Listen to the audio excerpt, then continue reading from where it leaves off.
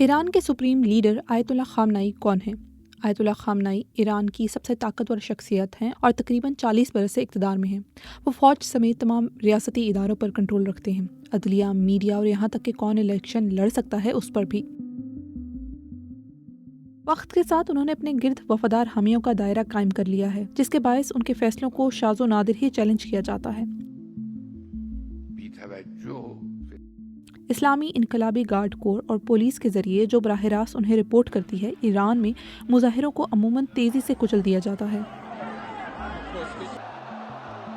انہوں نے 1989 میں اقتدار سنبھالا، اسلامی جمہوریہ ایران کے بانی آیت اللہ روح اللہ خمینی کی وفات کے بعد۔ 1979 کے اسلامی انقلاب سے قبل خامنائی نے شاہ کے دور حکومت میں کئی برس جیل میں گزارے۔ 1981 میں خامنائی خمینی کے دور میں صدر بنے۔ آیت اللہ خامنائی شاذ و نادر ہی بیرون ملک سفر کرتے ہیں اور کہا جاتا ہے کہ وہ وسطی تہران میں اپنی اہلیہ کے ساتھ ایک محفوظ کمپاؤنڈ میں رہتے ہیں۔ حالیہ دنوں میں سینکڑوں افراد کے مارے جانے کا خدشہ ظاہر کیا جا رہا ہے۔ ایران میں بڑے پیمانے پر ہونے والے مظاہروں کے دوران آیت اللہ خامنائی نے مظاہرین کو شرپسند قرار دیا ہے